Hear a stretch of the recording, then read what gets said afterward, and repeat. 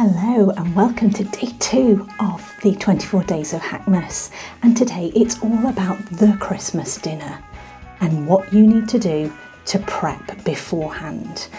Prep is so important when it comes to Christmas dinner because, we haven't all got huge Michelin star kitchen ovens all ready to go. We've got simple, basic home ovens with maybe an air fryer or two on the side or a slow cooker, which are brilliant as well. Prep before you go. There's some really brilliant things that can be done ahead of time. So your gravy can be made ahead of time and even frozen. Just remember to get it out on Christmas Eve. Roast potatoes can be made in advance and even frozen as well, and then just whack straight in the oven on the day. But my top tip for today is something in the UK that we adore with our roast dinners, and that is the Yorkshire pudding.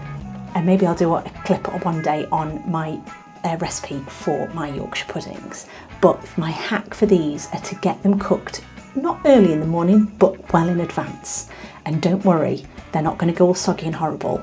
So you're basically going to make your Yorkshires as you normally would in the oven and then get them out and leave them to cool.